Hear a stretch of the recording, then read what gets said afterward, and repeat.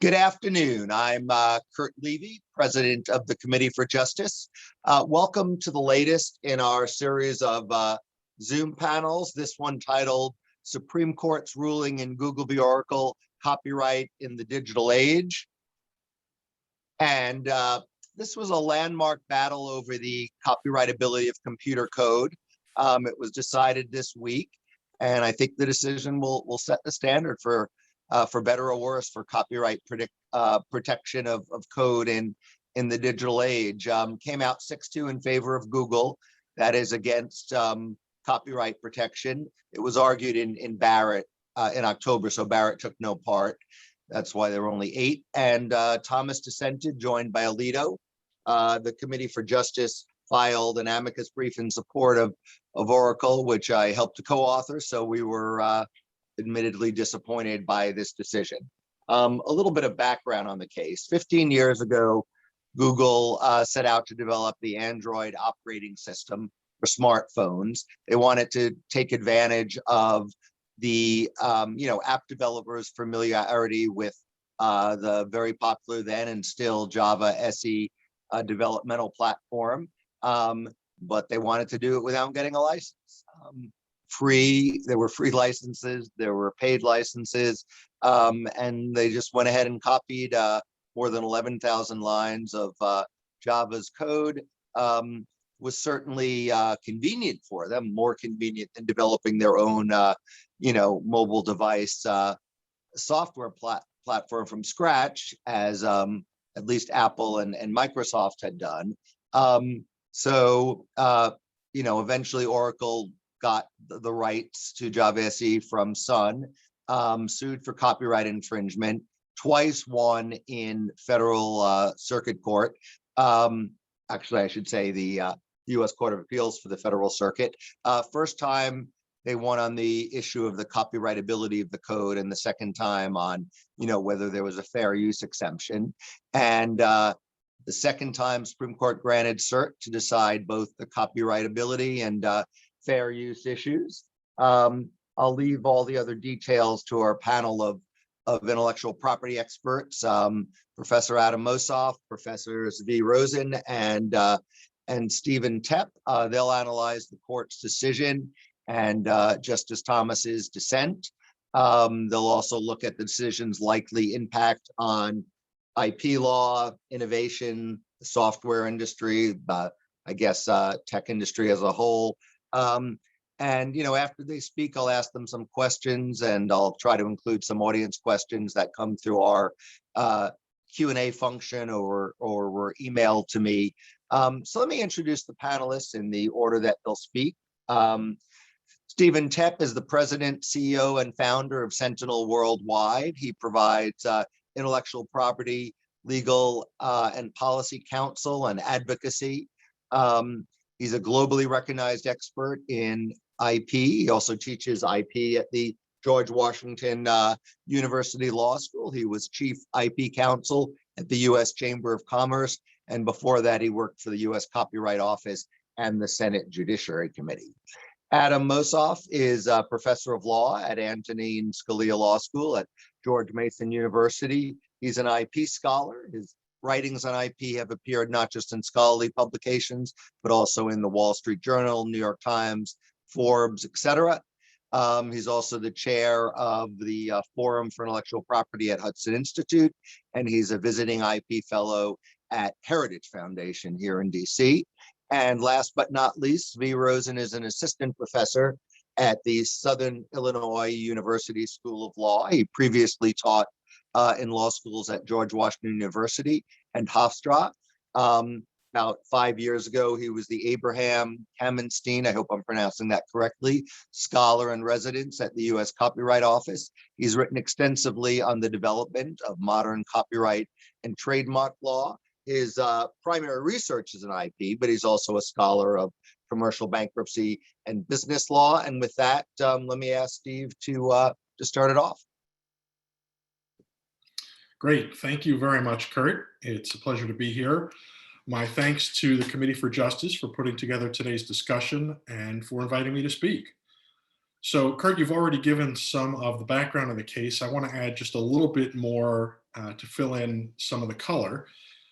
The dispute arose from Google's copying of about 11,500 lines of Oracle's computer code in order to build the Google Android platform and use the attributes of Oracle's code to attract app designers and thereby catch up to the app offerings of the Apple iPhone, which preceded the Android. The code Google copied is known as declaring code. It's that the purpose of declaring code is to invoke the functions of various implementing code to produce the desired outputs of the program. And as you said, the two issues before the court were whether the declaring code Google copied is protected by copyright, and if so, whether Google's copying qualifies under the fair use defense. So the decision came out Monday, and as you mentioned, Justice Breyer wrote for the court. The moment I saw that Justice Breyer had written the opinion, I knew where it was going to go. After all, he wrote in opposition to copyright protection for computer code decades ago, prior to his judicial career. And his questions at the oral argument in this case were openly hostile to Oracle's position. So while it's good to have the Justice Department and the Copyright Office agree with you on the merits, as Oracle did, it's even better to have a sitting Supreme Court justice who is absolutely determined to see your side win. I know that Adam will be talking about Justice Thomas's dissent later, so I won't talk about that. But it's worth noting that, actually, Curt, I think you did mention, Justice Ginsburg's successor, Justice Barrett, did not participate in the case. So anyone who's practiced US copyright law knows that the first step in an infringement suit is there must be a finding of a prima facie case of infringement, which by definition includes a finding that the work at issue is copyrightable. After that prima facie case, the defendant may raise the affirmative defense of fair use. So if the court had simply held that the code was uncopyrightable, reasonable people would disagree on the merits, but it would have been an analysis that took place within the analytical framework of the Copyright Act. However, the Supreme Court denied cert on the copyrightability issue earlier in the long history of this litigation, and the oral argument showed really that Google had no chance on that issue. So my assumption is that Justice Breyer realized he couldn't get the votes for what he really wanted to do, which was simply to hold that Oracle did not have a valid copyright in the works that Google copied. Alternatively, the court could have conducted a proper copyrightability analysis, found that the code was copyrightable, and proceeded with a fair use analysis. But Justice Breyer was apparently unwilling to give Oracle even that, perhaps still clinging to his personal policy preferences, even in the face of congressional enactment to the contrary. Because it's worth mentioning that in 1980, Congress specifically amended the Copyright Act to clarify that computer code is protectable under the Copyright Act. So the result is an opinion that purports to assume copyrightability so that they can then discuss fair use, but then in the course of that discussion of fair use contradicts and undermines the assumption of copyrightability, which creates an untenable internal contradiction in the opinion. In fact, in the very first sentence of Justice Breyer's consideration of the 4 fair use factors, he characterizes Oracle's code as, quote, user interface. That is the drop the mic moment in the decision, because instead of remaining faithful to an assumption of copyrightability in the creative code, Justice Breyer has immediately adopted the function-focused language of Google's argument that the code is not protectable. And this goes to the heart of what copyright is about. Copyright protects expression, not function. And the Copyright Act protects code as a literary work. It's the written code. By talking about the function, Justice Breyer's already changed the topic. Thus, Justice Breyer concludes, quote, the declaring code is, if copyrightable at all, further than are most computer programs from the core of copyright, close quote. That is simply not an assumption of copyrightability, despite what it says earlier in the decision.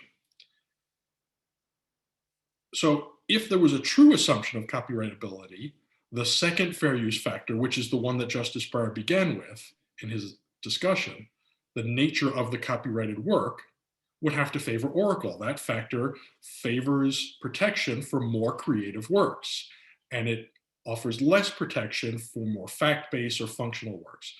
Justice Breyer concluded the opposite of what an assumption of copyrightability would dictate, and he found that the second factor favored Google. The first fair use factor deals with the nature of the use.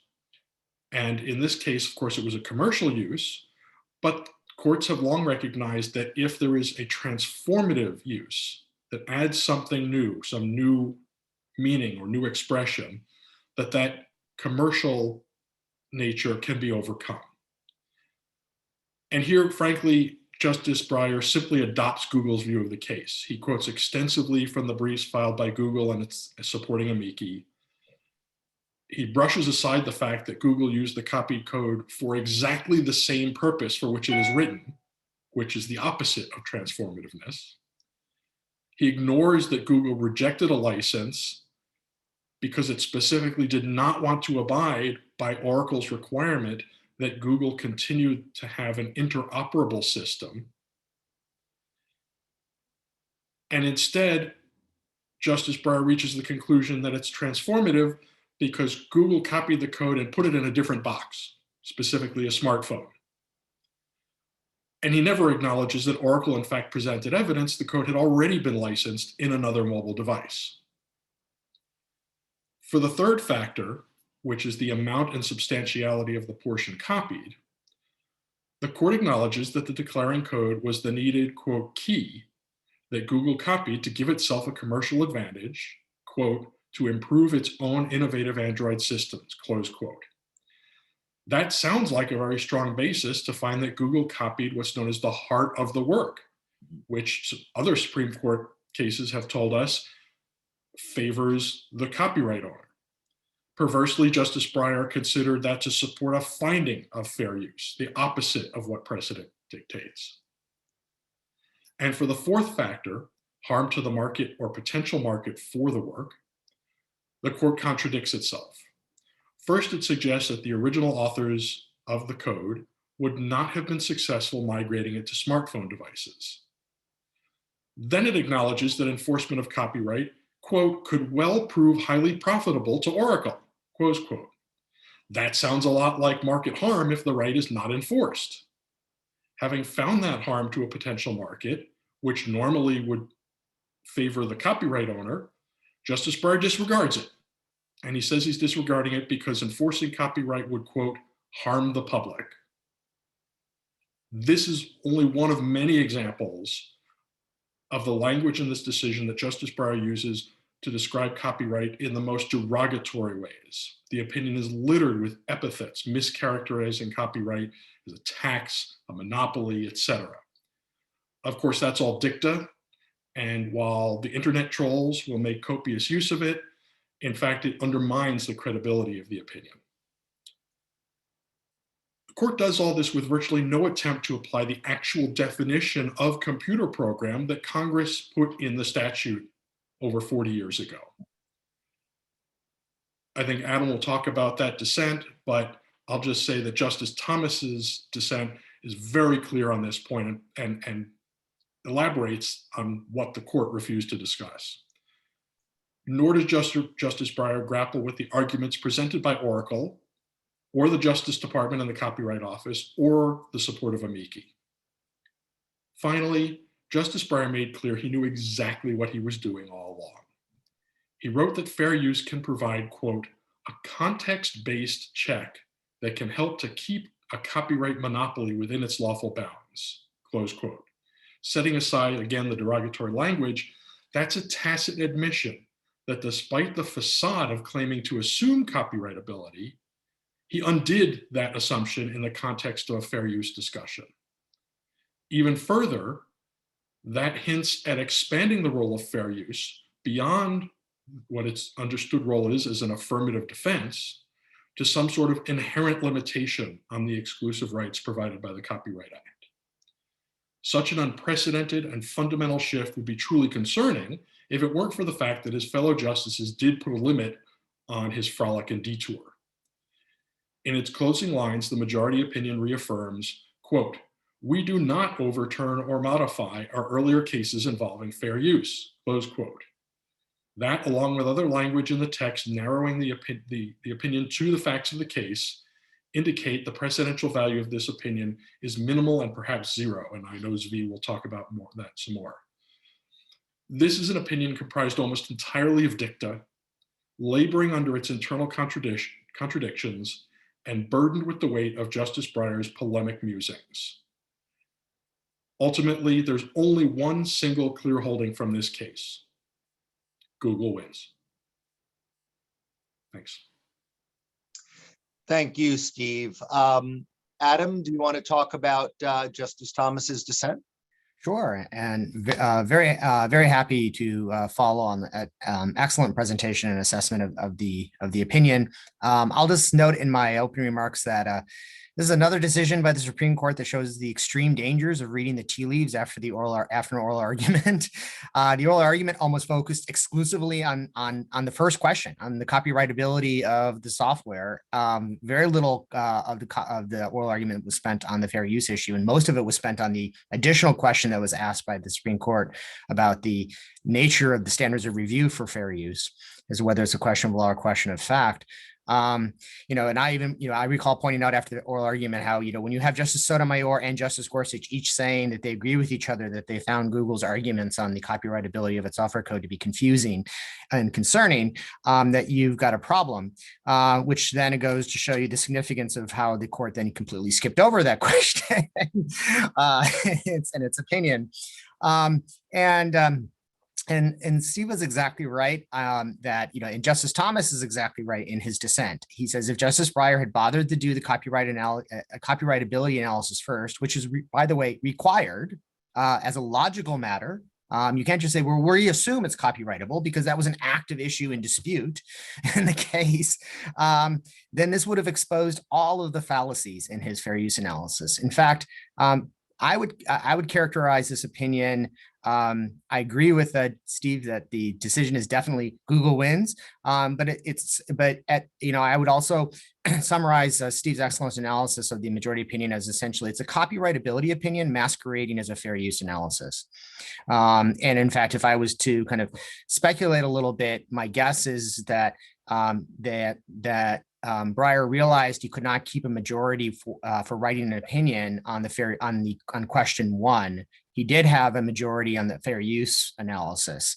And then, so he said, well, I'll write the fair use analysis and we'll just assume the answer to the question one. And then he used the fair use analysis to back into the first question on copyrightability, because no one can read this opinion and come away from it thinking that declaring code is in any way, shape, or form in the context of the high-tech industry copyrightable in terms of being enforceable and in terms of being able to create valuable licenses on the basis of enforceability if someone chooses to infringe it. In fact, it's impossible to see under Justice Breyer's application of the truncated 3 factors of the fair use test that he created in this case, how any unauthorized commercial use of declaring code wouldn't qualify as fair use. And Justice Thomas, I think, rightly identifies this in his dissent and shows how this is back-ending into the copyrightability question and making it and revealing kind of what I think Steve has brilliantly analyzed and characterized as a completely policy-driven application of the statutory factors in 107 and an undermining of the clearer factors of the rights secured to copyright owners in 106. Because Congress made it explicitly clear in text of the statute that it did not distinguish between categories of code and that all software code was copyrightable.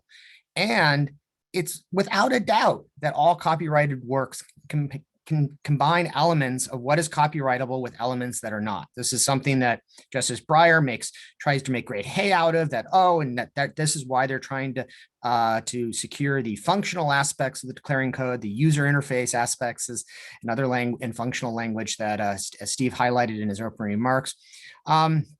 But that's true in patent law too, by the way. Every invention contains underlying elements of laws of nature and laws of thermodynamics and abstract ideas that are not patentable. But and the same in copyright, we distinguish between the two, and courts have always done this and have been capable of doing this, and they should do this because these are fundamental questions that, as a logical matter and as a legal matter, need to be addressed first before you address the fair use analysis. Is this actually a work that is copyrightable and secured under the Copyright Act? And this is probably why Justice Breyer couldn't keep a majority on the first question, because the text is absolutely clear, and there's no way that Chief Justice Roberts or Kavanaugh would have joined his opinion if he had written this kind of policy-driven analysis that Google was arguing that they should adopt for construing what was clear, plain meaning text in the Copyright Act, that all software code is copyrightable, right? And the prior precedents of the Supreme Court make it very clear that there are no categorical distinctions in the protection of copyrighted works under the Copyright Act, regardless of what formats they use. This was the question that was explicitly presented to the courts in the peer-to-peer file sharing cases. I don't like to use the word sharing because that was the rhetoric that was adopted by the people who created these technologies. It was swapping. It was copying of MP3 files of music. And they argued that this is an entirely different way of using copyrighted works. This is an entirely different technology. You should assess this differently. And the courts made it very clear in the Napster decision and the Grokster decision that that's completely false, that they're not going to read as a policy matter those types of distinctions into the Copyright Act itself or into the fair use analysis that was trying to be hoisted upon them in those cases. As Steve made it very clear, Justice Breyer skipped factor one, a point that Justice Thomas in his dissent immediately calls him out for, and rightly so again. And this is, as Justice Thomas points out in his dissent, heavily dispositive in cases. And in fact, I think it's just as a general understanding and as a practical rule that if someone deliberately, explicitly copies another work and it's explicitly for to create a commercial product in the marketplace that will be competing in some way, shape, or form with the work that they've copied, that would never be found to be fair use. And in fact, I would struggle to think of a case in which a court has said, though under all those conditions which apply to what Google did in this instance, that this is fair use, which again, it shows you why Justice Breyer skipped over it. And in fact, he never even really addresses it. He puts it into one paragraph at the end of, I think, of his factor two analysis, if I recall correctly. And Justice Thomas, I think, rightly calls him out for improperly truncating and mangling the fair use analysis by not addressing what is a statutorily set forth factor in the analysis that he's supposed to do, and noting the underlying facts that support this factor, that Google has made billions in the sales of Android. Justice Thomas notes from the record that it made $15 billion alone in 2015. And by now it's far, far more than that. It's far beyond that than 2015. I mean, Google has hundreds of billions of market cap alone. And so, it's clear that if he had done the fair use analysis and applied the, apologize, I am an example of those billions made. I have an Android phone, and when I said Google, it activated my voice recognition software. I apologize for that. And so Justice Thomas, I think, really effectively and simply and clearly shows that, if he had bothered to do the factor one analysis, that for all intents and purposes, the case would have been done at that point, and everyone had already noted this, how, Google kept in its briefs, kept skipping over factor one. Its Sporting Hamacy skipped over factor one, and everyone kept putting, and the reason why is because that's the big elephant in the room for them for a valid, legitimate fair use application. And skipping to factor four for a moment, Justice Thomas effectively shows that because this is commercial use, right, that Google's copying has absolutely crushed Oracle's licensing business model, which, by the way, this is exactly what happens as a result of predatory infringement of all intellectual property rights, both in the copyright space and the patent space, right? And it's especially dramatic in this case, as the evidence was before the court, undisputed. Amazon renegotiated, as Justice Thomas notes, a 97.5% reduction in its licensing fees that it was required to pay to Oracle after the release of Android. And Samsung's licensing revenues, it renegotiated in its contract, dropped from 40 million to 1 million. I mean, this is massive commercial impact on the copyright owner that any court doing a legitimate fair use analysis would have to take into account, or at least acknowledge and recognize and talk about, which Justice Breyer doesn't at all. And again, Justice Thomas really does a really great job calling out Justice Breyer's sleight of hand rhetorical gimmicks, even on this issue, in the same way that he, engages in his rhetorical sleight of hand gimmicks on the copyrightability aspects of it, right? Where he says, oh, well, just like, all copyrightable works have something in them that's uncopyrightable and something that is copyrightable. So we have to make clear which is being asked to be enforced in this instance. When Justice Breyer does talk about this issue, he says, well, everything has a commercial purpose in it. Every fair use has usually done for some commercial purpose. The person is selling their parody or doing a stand-up at a club that, where they're being paid for this, right? And again, the fundamental distinction is between transforming a work out of its entirely different product and market context for a purpose that is entirely distinct, right? This is what the transformative element has been used for, to identify in this context, right?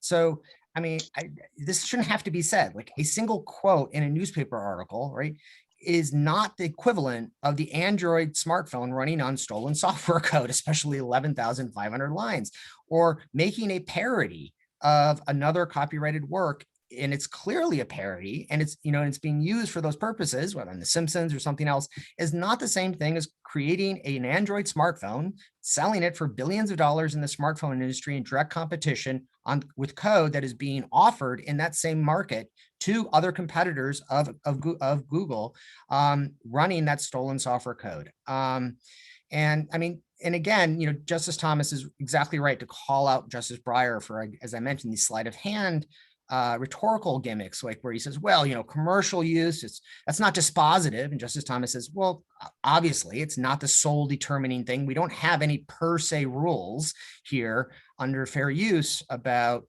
whether something receives the safe harbor or not. And so this is why we do these assessments. By the way, when we do these assessments, this is a really important, heavily dispositive factor, because it goes to the core key function of what copyright serves in terms of securing the value in creative works and facilitating their commercialization in the marketplace.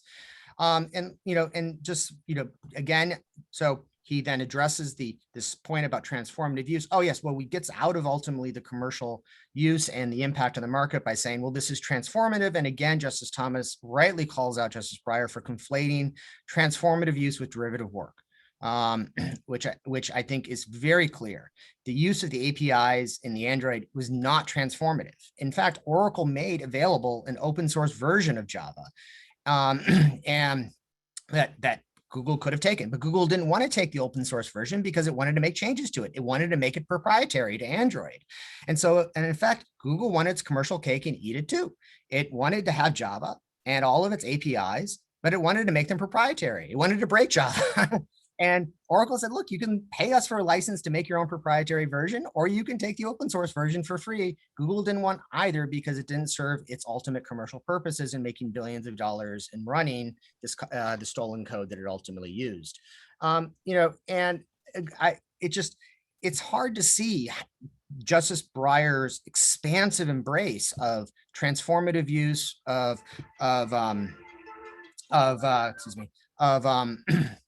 and his expansive, conflating a sense of transformative use and conflating it with derivative works, which eviscerates the derivative work right under 106. His, expansive, blending together of uncopyrightability elements with copyrightable elements as to whether this is ultimately protectable or not, or whether it receives full protection under the Copyright Act and things of this sort. How this can be cabined in with all of the court's prior precedents. In fact, this decision is one massive, huge, fundamental contradiction with the Supreme Court's decision in Harper and Row versus Nation Enterprises from 1985. And by the way, this all explains the exact point at the end that Steve made about how, like, Justice Breyer kept seeing, okay, this is only limited to APIs in this context, and we're not overruling our prior decisions. And this is all a huge signal that this is exactly what this decision means. And in that it's so expansive and unconnected from statutory text and prior precedents that it threatens to swallow all of the copyright protections that are afforded to any creators and any commercial firms in the marketplace that are licensing or otherwise selling creative works in the market. And so this is why I think, people are trying to say, well, this is limited just to APIs per the language and things of this sort. And I really hope that that's correct. But, based on past experience in the patent context, and kind of as a segue to Zvi's remarks,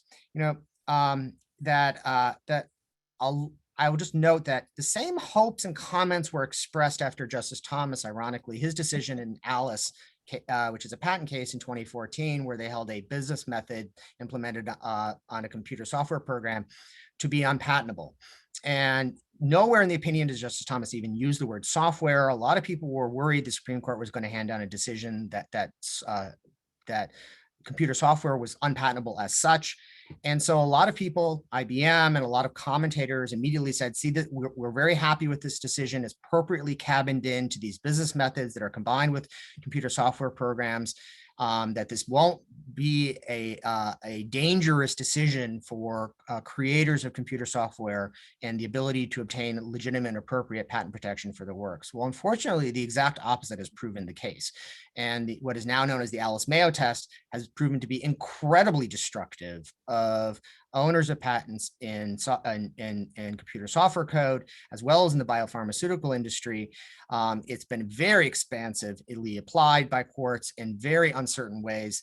And so the original hopes and arguments that this will be limited in some of the dicta or some of the arguments that were made in Alice that were viewed and characterized similarly as Steve just did about Justice Breyer's remarks as dicta, weren't treated as such because they were quoted out of context by lawyers to lower courts who wish to embrace them and push those arguments even further. And I'm very concerned that the same thing will happen with Justice Breyer's opinion in this instance, and that it won't be just limited ultimately to APIs. And with that, I hope I haven't tread too much on or infringed too much on Zvi's rights to his commentary on the impact, and I turn it over to him to bring us home. Well, Adam, as you know, hi. Thanks, Curt, and thank you for me for Justice for hosting this. And Adam, of course, as you know, there's no protection in ideas, so I will hopefully borrow from yours as well. So the big question here, and Adam was touching on this, is this an API decision, a software copyright decision, or a fair use decision generally? And I honestly don't. It could be any one of them, and as Adam was saying, you can get the best or the worst. The decision really punts on copyrightability, and of course, Justice Breyer trying to have a cake and eat it too. I do wonder, and I mentioned this to the other panelists before we started, how differently this would have gone if not for COVID. Because if not for COVID, this would have been heard on a panel with Justice Ginsburg in March of 2020. It would not have been the same decision. I don't know, Oracle may well still have won, but it might have been, Google may well have still won, but it might have been more along the lines of what IBM was urging, which was a very narrow, just focus on APIs and Section 102, which is copyrightability decision, instead of this weird fair use monster masquerading as Section 102. And it's really hard to tell how APIs or declaring code have copyright protection that's worth anything after this. It's under 107, which is fair use, instead of 102, which is copyrightability. It's really potato. But so I think that's sort of over after this. But the question is, what about software fair use more generally? And I don't know, because the decision does do a lot of limits, but does it limit itself to software or declaring code? And I was thinking, there's, of course, the decision, as people have pointed out, really cribs very heavily from Judge Boudin's concurrence in the First Circuit decision, Borland v. Lotus, which the Supreme Court split 4-4 on almost 30 years ago. And this is almost Lotus v. Borland too. So I would assume that there's some ratification of the whole of holding that case as well in terms of software layouts, etc. What about knockoff apps and games? That's a huge issue. I know I've talked to software developers who have said that as is, it's a huge problem where, you know, apps for smartphones are a big industry, ironic given the context of this opinion. And frankly, increasingly, if you develop an app that's in any way successful, 100 competitors will pop up. All of them, once again, profiting Google, of course, but because Google owns the platform. But you know, it's really potentially problematic in terms of, you know, not dealing with knockoffs, wherever is any kind of copying of bits and pieces, but it's a new sort of clone with different code. Another area where I think this could be impactful potentially is in gaming more generally involving PC gaming. Does this, how does this change the rules of the road involving modifications to games, both sanctioned by developers and not sanctioned? And I will say a lot of developers have chosen to embrace modifications, but I do wonder if after this, whether or not they even have a choice anymore. So that's just, you know, if it's really a software decision, I think there's some broader implications. The decision has a few caveats. And I do wonder if it's a case of Justice Breyer having his cake or eating it too, whether these were modifications later on that were encouraged by the other justices to sign on. And there's been a lot of conversation about why a very short opinion took so long to come out. It was argued in October and it came out in April. I mean, and really not a very long opinion given that. And you have this caveat where section 1, of course, in nature, and Adam and Steve have both talked about how Justice Breyer really just dodged the analysis outright. And it concludes with this little coda where Justice Breyer said, in our view, this is not going to change anything because this is limited to declaring code. I wonder if he was strongly encouraged to include that to get more votes. And the question is whether people are going to read that to be a limitation on the opinion or ignore that caveat. And I don't know the answer, but obviously how that's read is going to matter a lot. Potentially the biggest impact of this decision, I think, will be a purpose and character analysis, or the market analysis. We'll get to that in a minute. But purpose and character analysis is just wild. I mean, for starters, they really push hard on transformativeness. And, you know, they really say, read this bad faith and say, oh, we're not worried about bad faith. But the cases they cite for that are not really a posit. And I wonder what that means. Purpose and character almost sounds written to say, hey, look, what's really going on here? It's almost, you know, if you think about it in the abstract, you're saying, well, what's a purpose and character? Straightforward words. Why did you do it? Oh, you didn't want to pay a licensing fee. Oh, well, that's purpose and character of use. And instead, Justice Breyer says, no, this is all about transformativeness, which really, I mean, transformativeness was developed in a parody context. And if this was Java, a parody of Java or whatever, that would be one thing, but this is different. This is a competitor to Java, de facto. You know, this really pushes transformativeness to be the main issue here. So I don't know what that means. I don't know how the heck this was transformative as well, but he's really, you know, pushing transformativeness and broadening it. And yeah, what he says is to the extent Google used parts of a Sun Java API to create a new platform is consistent with a creative progress, his quotes, that is a basic constitutional objective of copyright itself. How's that transformativeness? That has nothing to do with even the, you know, of course, transformativeness comes out of, you know, Pretty Woman and the rap parody of Pretty Woman. That's where it was used. He's saying anytime there's creative progress is transformative. That's really weird. Potentially big, depends if it's cabined to APIs or software or not. Really reads a market analysis out. I don't know what that's going to mean. And I'm just going to sort of rush through the last. Oh, I was going to say two last things. I think the fact law divide and jury trial, I think there's no jury trial needed for fair use potentially a big outcome. What's funny, this came out I think 2 days after the Warhol versus Goldsmith case out of the Second Circuit, where the Second Circuit really walked back the Prince case. In Prince case, they had really taken fair use to, a lot of people thought, too far. And they walked it back, and Warhol v. Goldsmith just, I think, a day or two before this decision. And then you have potentially Justice Breyer pushing it out again. I don't know what that means. If I was a lawyer for Goldsmith, I would argue for a re-argument of that case following this. I mean, I don't know what that means. You have this final caveat saying, oh, we're not modifying fair use. Well, we'll see.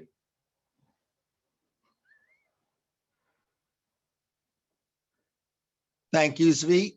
Let me throw a few questions at y'all. Well, here's one from somebody who emailed me and said, pointed out the Supreme Court remanded to the Federal Circuit, but at the same time, Breyer says that Google's copying was fair use as a matter of law. So is there really anything left for the lower court or the jury to decide here? And I'll ask that to all of you. Yeah, I mean, this opinion is an internal conundrum, because it purports to assume copyrightability, but then it really doesn't assume copyrightability. And if the work wasn't copyrightable, you should never have reached fair use. And if you shouldn't reach fair use, that makes Breyer's entire discussion of fair use dicta. And so you get into this circular non-reasoning that this opinion leads you to. The only one clear thing, and that's why I ended my opening remarks, the only one clear thing is Google wins. So I think the Federal Circuit will at least take that. But in terms of presidential value, like Zvi was saying, at best, this opinion creates uncertainty and confusion and invites more litigation. Shall we conclude that there really is nothing more in this case for the lower courts or the jury to do? Yeah, not really. Yeah, I don't see that there is either. Now, Justice Thomas said that the decision effectively removes copyright protection from declaring code. I think you all pretty much agree with that. I mean, is it worse than that? Does it remove protection from all or most computer code? Basically, where does the protection for computer code stand in the wake of this decision? And I know a number of you have said we don't know, but please speculate. Well, I'll give it a shot. I mean, as a matter of legal construction, it doesn't actually answer the question, because taken on its face, the opinion says we're assuming it's copyrightable. So there's no basis from that for a lower court to say, oh, well, declaring code isn't copyrightable. Then if you think about the fair use analysis that shouldn't have been reached because the court didn't really apply an assumption of copyrightability, certainly that analysis indicates little or no practical protection for declaring code. So that even if a court were to actually do an analysis and find it copyrightable, it would find almost anything fair use if it followed the Breyer reasoning. But as all of us have pointed out, Breyer's reasoning, even factor by factor within the fair use test, is not consistent with prior precedent. And then at the end of the decision, the court says, we're not changing any precedent on fair use. So, I mean, anybody who tells you for certain what this means has an agenda, because there's no way to know what this gobbledygook means.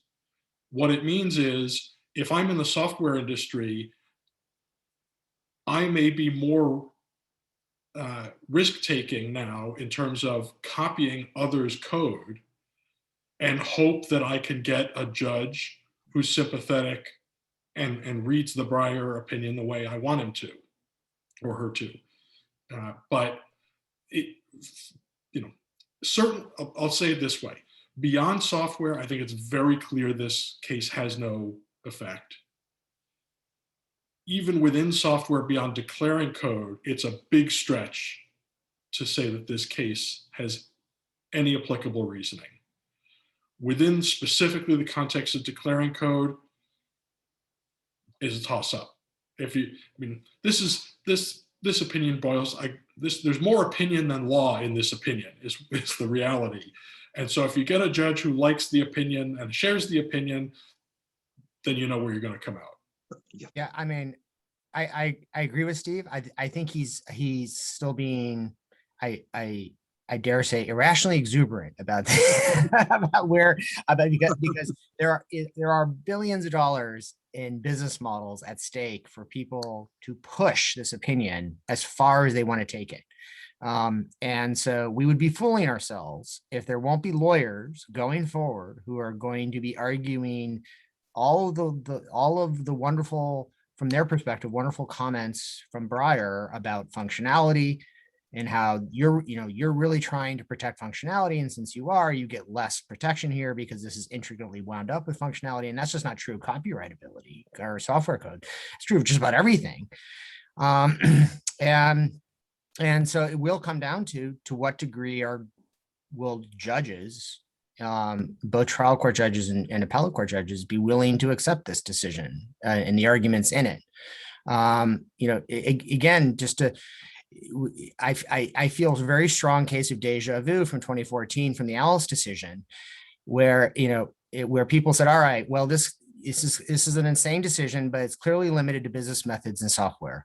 And maybe it might be applied beyond that, but maybe not. Well, so 7 years later, we have a decision now with a cert petition pending before the U.S. Supreme Court, where Supreme Court applied where trial court and the Court of Federal Appeals Court of Appeals for the Federal Circuit applied the Alice test to find a 19th century type technology, a method of making an automobile axle, to be an unpatentable idea under the Alice-Mayo test, because they said, well, this is just an application of the laws of thermodynamics.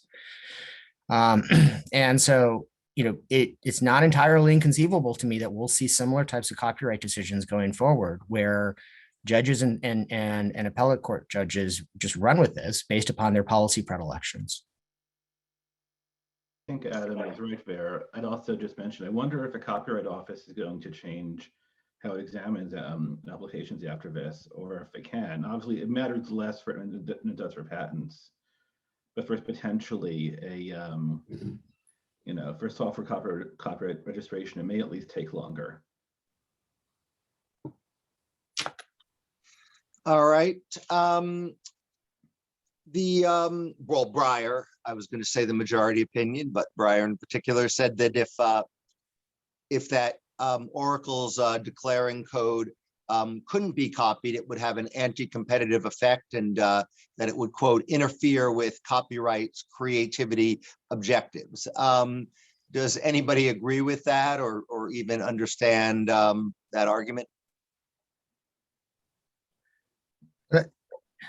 Again, it's incredibly dangerous and legally imprecise and wrong as a policy matter musings by Justice Breyer. Steve is exactly right that Justice Breyer used this opinion to basically read into copyright doctrine as much of his views that he has held since 1972 as possible. In fact, I don't know about the Stevens V, but when I read this, I also got the sense like this might be his swan song. Like he's trying to throw down the gauntlet for his successor on the Supreme Court and other judges and justices going forward to run with as many of his arguments that he has held since for the past 50 years as possible.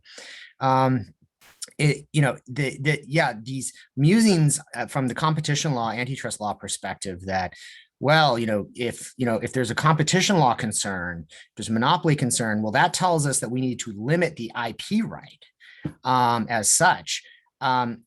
as far, I don't know of any doctrine in copyright law that has held that, any court decision or anything that says that, oh, we have an antitrust concern here, therefore we're going to limit the copyright. And there are some musings about that.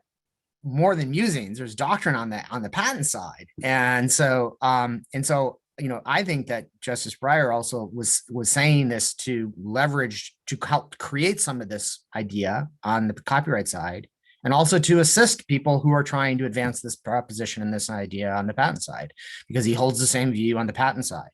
And it's mind-boggling, because it's not just like on patents, copyrights facilitate commercial innovation. They make possible massed investments by commercial distributors and other commercial entities to not just create this work, but to create the commercial mechanisms necessary to place creative works into the hands of consumers, and from blockbuster movies to blockbuster books to incredible new works that we all enjoy now through streaming and other types of services, which are incredibly expensive to maintain and can only be maintained on the foundation of property rights and the commercial contracts that they facilitate. And by the way, this case is an example of that. No one was being held up by Java. In fact, the very statement that Java itself was valuable, which they acknowledge, is an indication of how it was facilitating commercial innovation and more creative work.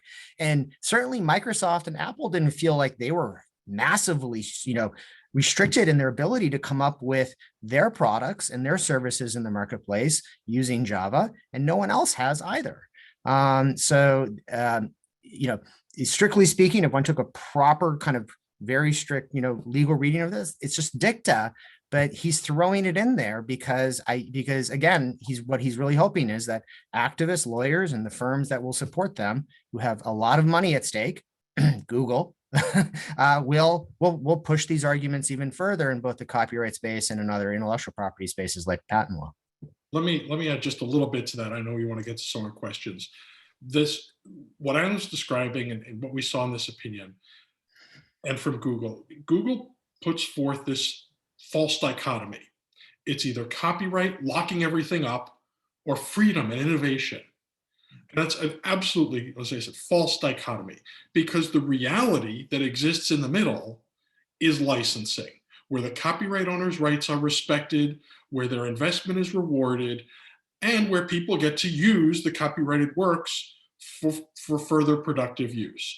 And the reality that Justice Breyer refused to even acknowledge is that Oracle had, and unfortunately it may well be a past tense, a very vibrant licensing market for the code that Google copied for free and without permission. So only if you view copyright in that false polar dichotomy can you say things like copyright is a monopoly. Because in fact, the Justice Department, I think since the Reagan administration, has acknowledged that monopolies exist where there is market power. And the existence of intellectual property, whether it's patent or copyright, is not proof of market power, because I can read a book, or I can go watch TV, or I can listen to music. There are multiple different choices. Defining the market as this work, because this work is useful and people will use it to help me build my market as Google, is a self-enforcing, self-fulfilling prophecy that Justice Breyer creates. Speaking of monopoly, in his dissent, Thomas basically accused Google of being a monopoly. I think he pointed out they were fined about $5 billion for using Android to violate antitrust laws. And there's other parts of his dissent that actually sound similar to remarks that he made regarding the Twitter case, which was mooted on the same day. I think he also said that Google's strategy was to use Android as a vehicle to, get data on consumers and deliver behavioral ads. So, I mean, I just got a sense that, he was sort of if nothing else, Thomas was in the same frame of mind when he wrote that dissent as he was when he was commenting on the Twitter case. Would any of you like to sort of comment on that frame of mind or what it means? So I'll jump in. I mean, antitrust investigations are ongoing, and we all know why. So I'll just leave that for what it is. But in the business model approach here is what I want to focus on, because you might ask yourself, wait a minute, Google's a big company with all sorts of computer programs and Android and their search engines. Why would they want to weaken copyright for software? And the answer is because of the nature of their business model. They give their software away for free because their business model is to collect the data on the people who use it and then push paid advertisements at those users. So they're more than happy to give away the software because they don't make their money that way. And that's a perfectly legal business model in and of itself. That's fine. The problem is that what about the people who have a different business model? What about all the companies out there that make money by selling software? The practical effect of Justice Breyer's opinion is to suggest that people who make software and sell software should subsidize the business models of people who give it away for free and want to copy it. And that's this, at its core, from a business perspective, the true error here is it is favoring one business model over another. Any other comments on the links between this case and Thomas's remarks in the Twitter case?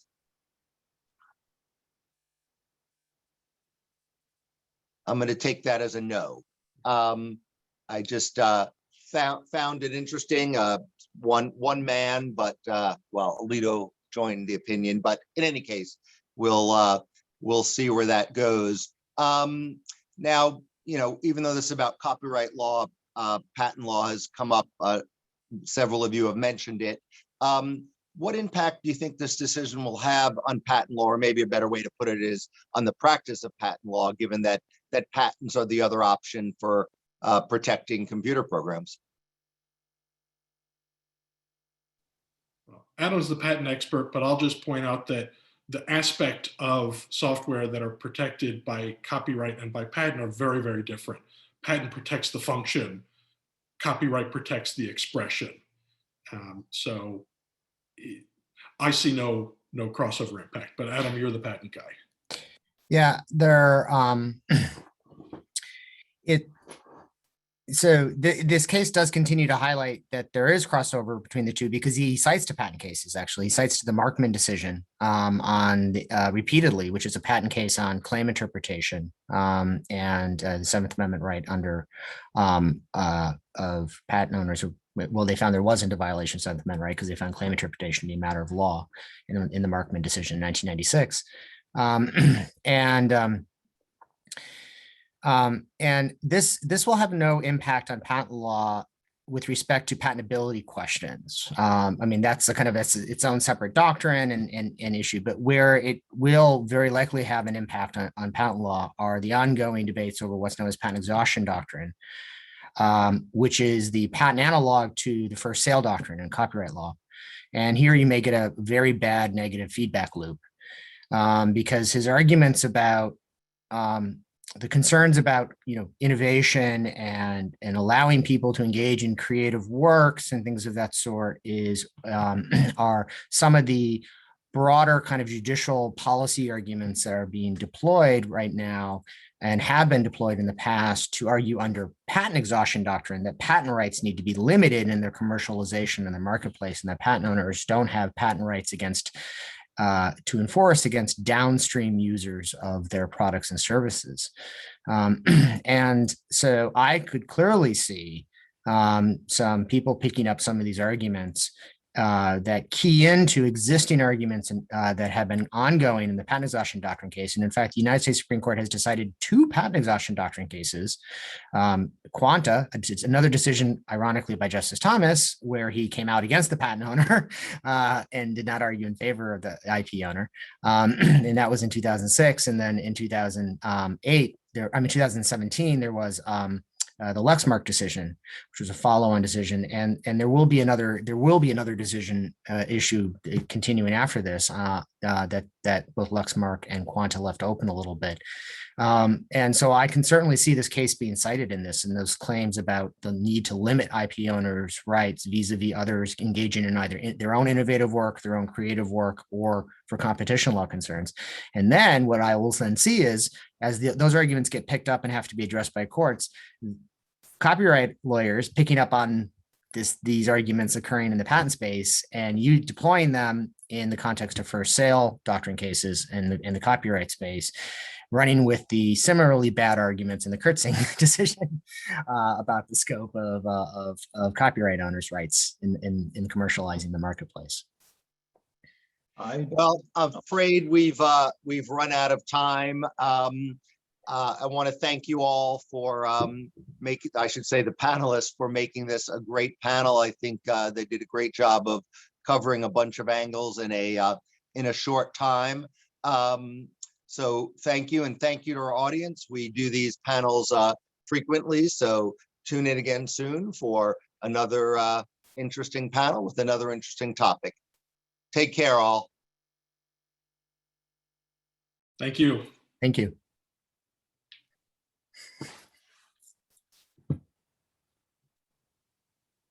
All right.